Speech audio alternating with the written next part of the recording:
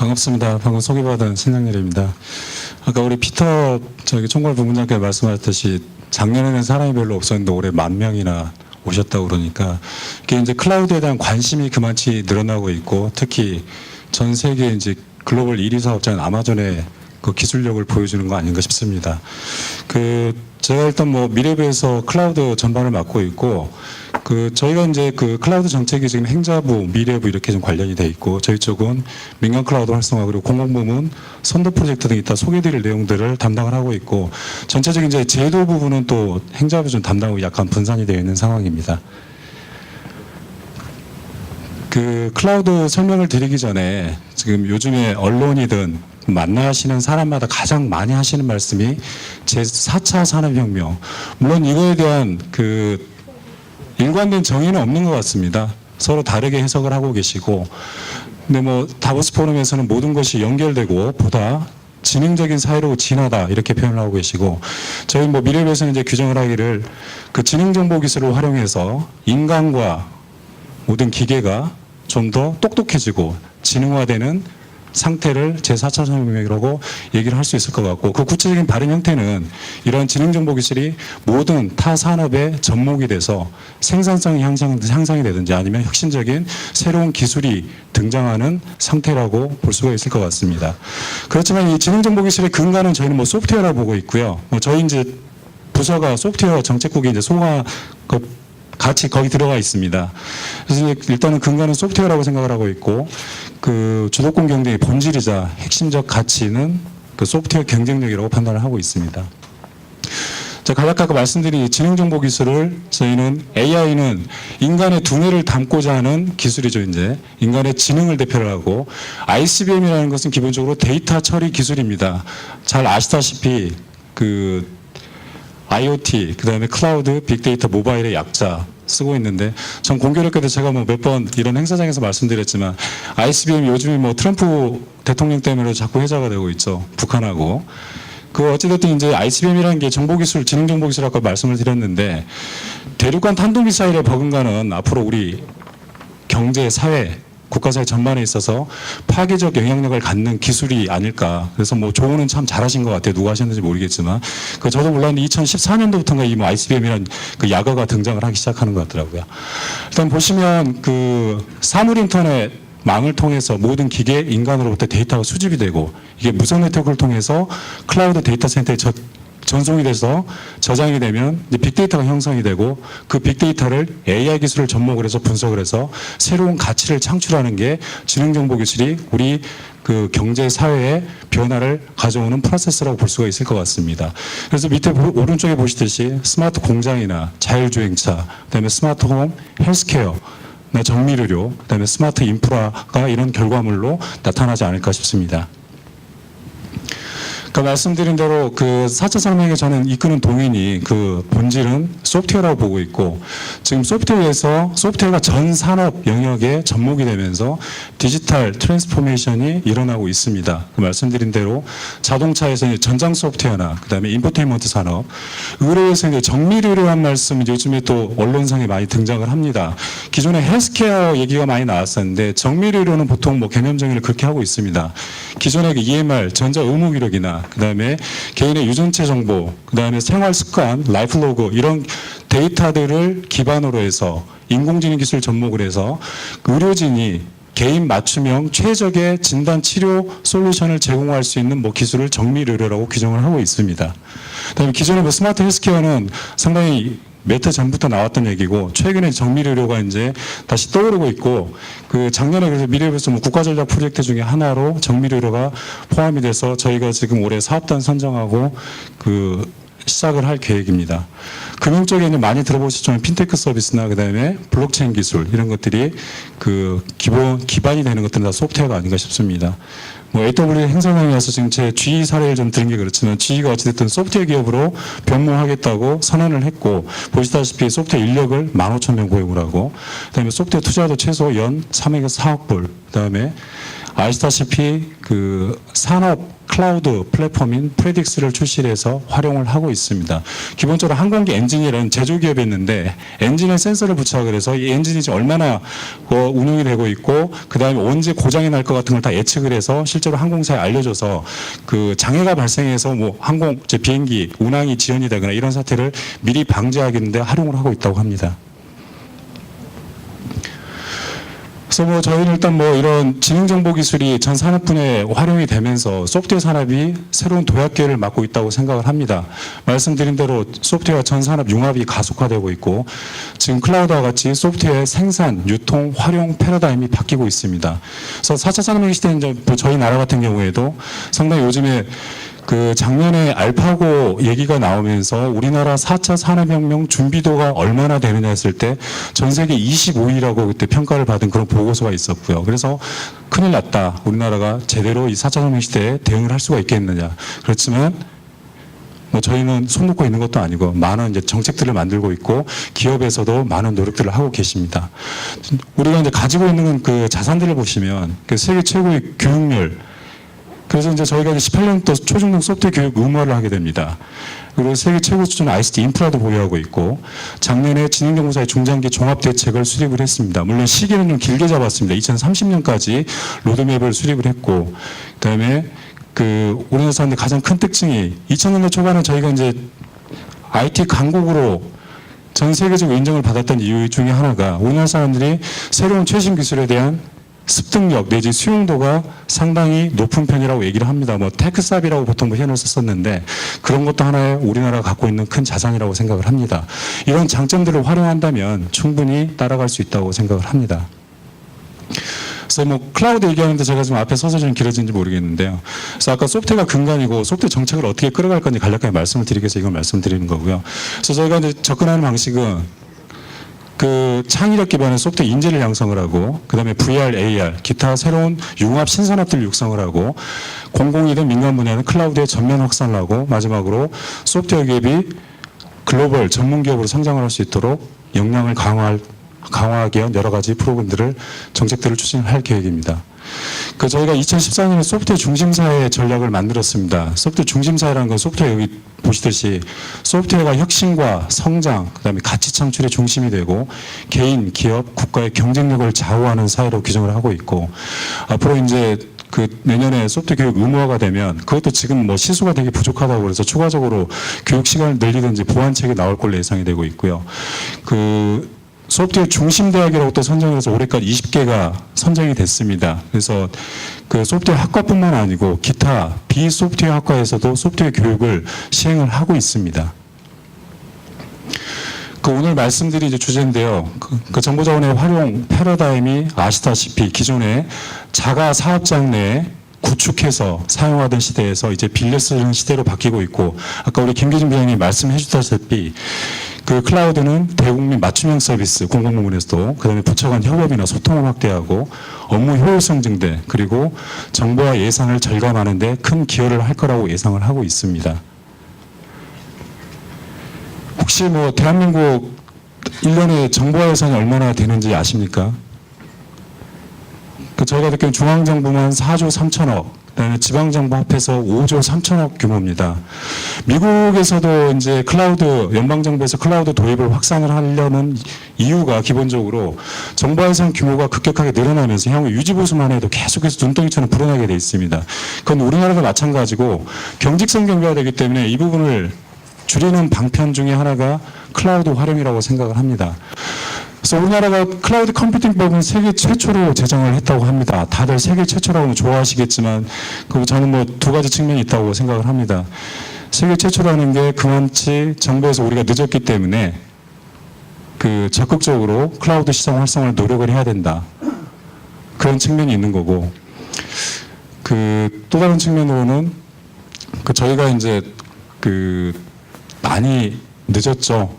국내 지금 클라우드 사업자도 그렇고 그다음에 정부 정책도 기존에 벌써 한 2009년도부터 방통위 시절부터 이게 많이 논의되기 시작했지만 실제로 이렇게 법이 만들어지고 그런 시간이 상당히 많이 걸려서 많이 뒤쳐졌다고 생각을 합니다. 그래서 법의 주요 내용을 보시면 이제 정부가 클라우드 산업 육성할 근거를 마련을 해뒀습니다.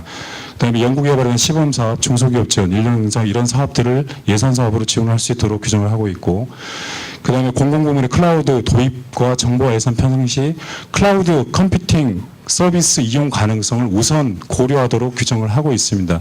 아까 말씀드린 정보화 예산이 5조 3천억에 달하는데 이 부분에 우선 클라우드 이용 가능성을 검토를 하도록 하고 있습니다. 20조에 보시면 공공기관 클라우드 이용을 정부가 노력을 해야 된다는 이제 선언적인 조항, 즉 이게 공공부문 클라우드 펄스 팔러시를 규정을 하고 있는 조항이고, 21조에 보면 네거티브 방식으로 규정을 하고 있습니다. 전산 시설을 직접 구축하지 않고도 클라우드 이용만으로 가능하도록 규정을 하고 있습니다. 그다음에 이용자 보호 관련돼서 작년에 서비스 품질 성능 기준하고 그다음에 그 정보 보호에 관한 기준을 고시를 한 바 있습니다.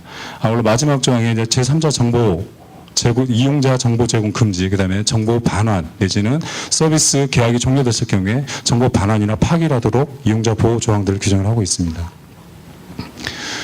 그 9월에 법이 시행이 되고 11월 달에 클라우드 컴퓨팅 활성화 계획을 수립을 했습니다.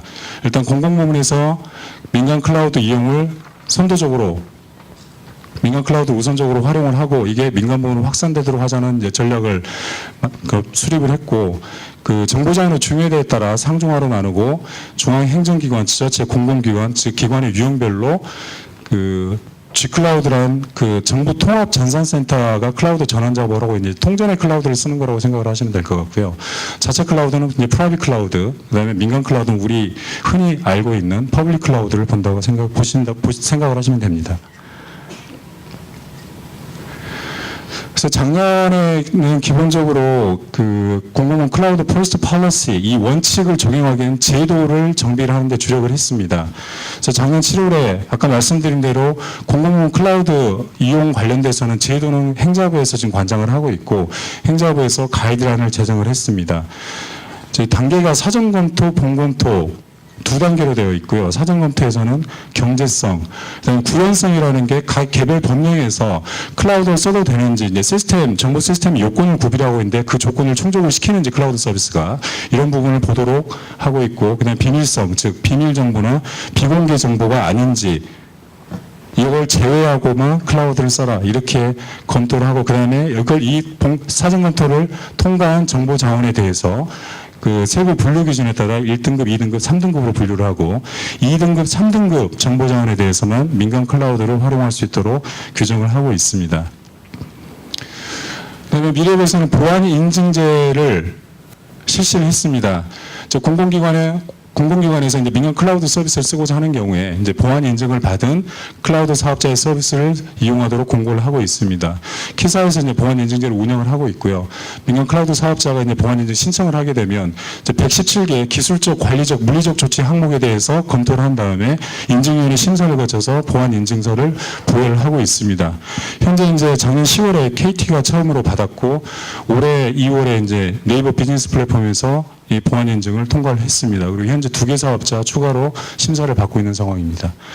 또 법에 따라 수요 예보제를 실시를 하고 있습니다. 수요 예보제를 실시하는 이유는 그 수요조사 결과를 공개해서 기업의 영업, 그다음 투자, 마케팅 활동 등을 지원하기 위한 목적이고, 작년 10월부터 그 11월 2달간에 걸쳐서 그 공공기관들 1117개 기관 대상으로 조사를 했는데, 여전히 저희가 이제 수요 예보제 그 공표하려고 조사를 하는 거에 느낀 게 여전히 공공기관들의 클라우드에 대한 인식이 여전히 낮고, 작년 응답률이 한 65%에 머물렀던 것 같습니다.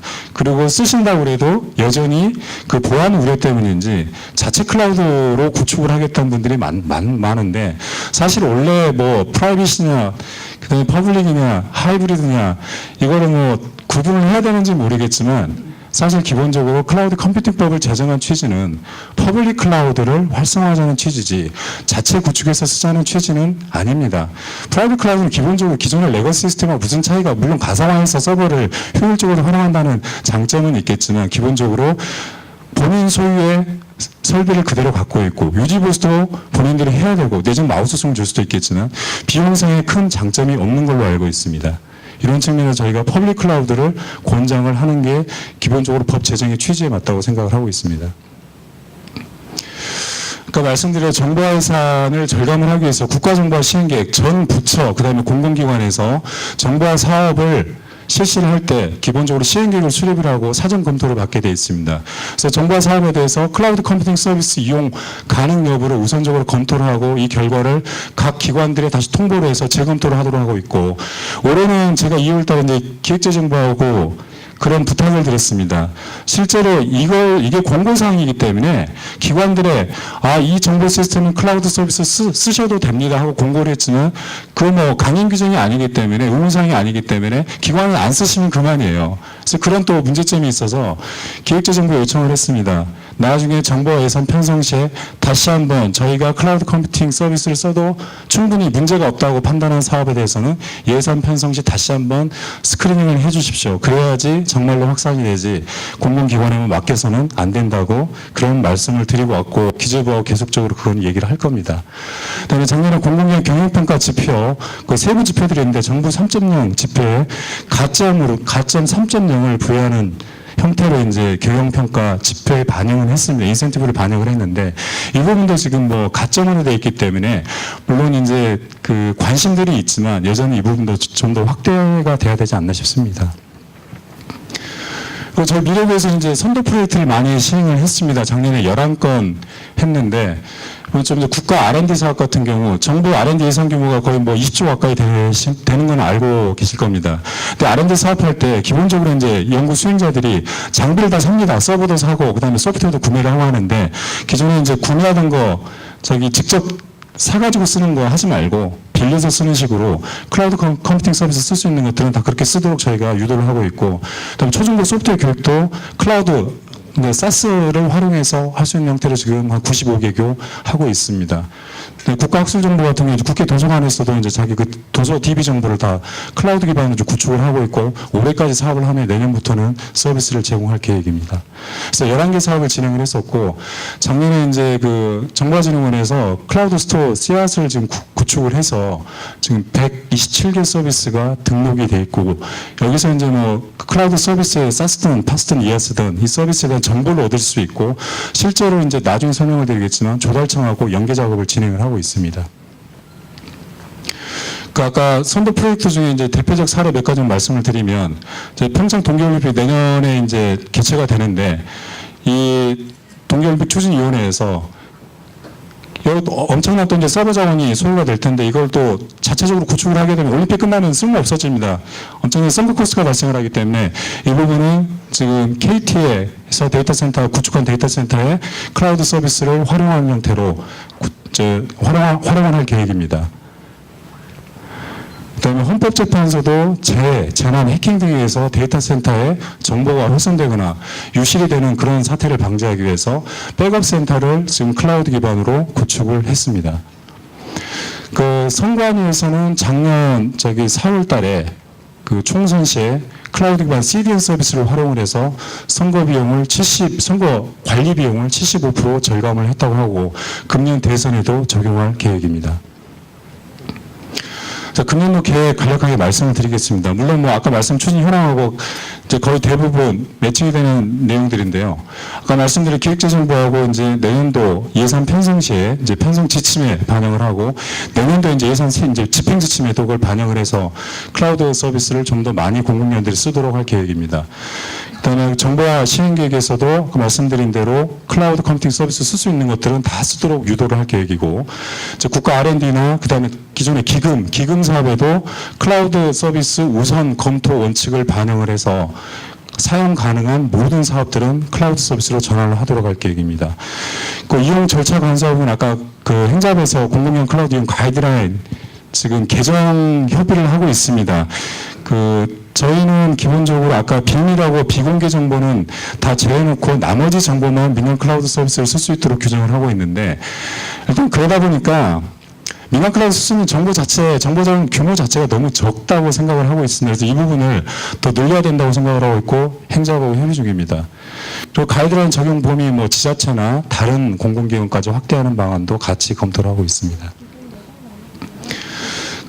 그리고 클라우드 스토어 씨앗은 지금 나라장터하고 이번 달에 연계가 돼서, 물론 지금 조달청 나라장터에 등록된 클라우드 서비스는 지금 사스 서비스 7개 정도가 올라가 있는데, 그거는 지금 클라우드 스토어 씨앗에 들어오시면 그 표시가 되어 있습니다. 나라장터에 등록된 서비스인지 아닌지. 그래서 그 등록된 서비스 경우 클릭을 하시면 바로 이제 나라장터로 연결이 됩니다. 연결이 돼서 바로 구매까지 하실 수 있고, 그다음 나라장터에서 실제로 구매가 된 실적들은 그 서비스를 제공하는 기업에는 얼마 정도 공공기관에 이런 매출이 발생했는지 그걸 씨앗에서 보여줄 수 있도록 시스템을 구현할 계획입니다.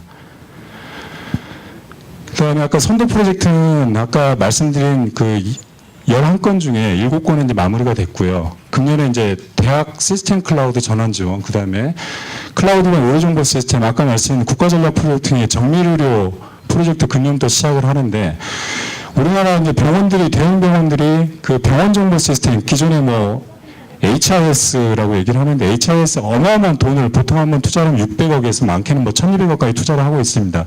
근데 그게 다 레거시 기반이라고 보시면 됩니다.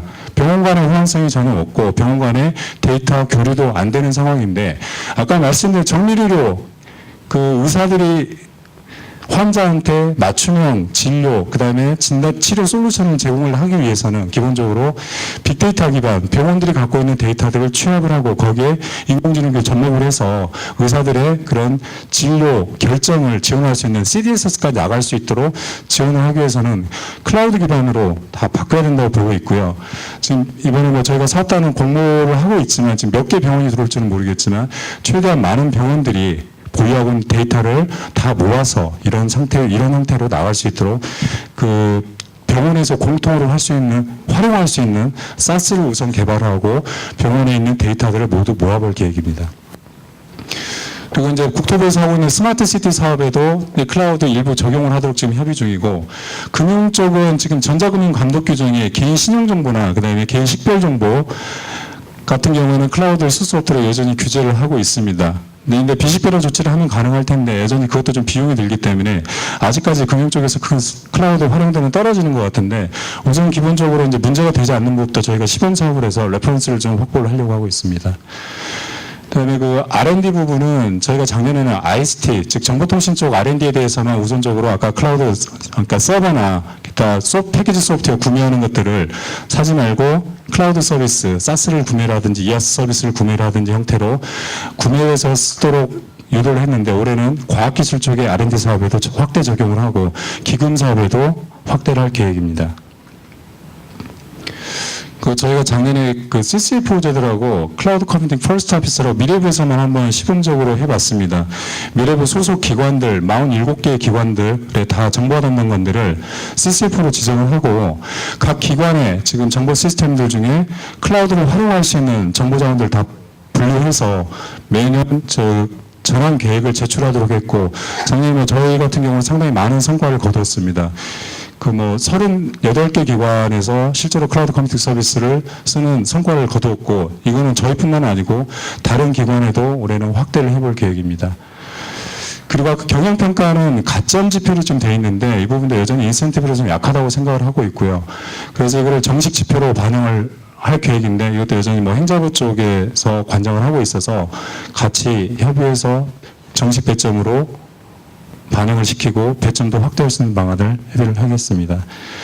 지금까지 뭐 제가 말씀드린 것은 공공기관 쪽 얘기고, 물론 민간 쪽 활성화하기 위해서 여러 가지 사업들도 하고 있겠습니다만 오늘 여기까지 말씀을 드리겠습니다. 감사합니다.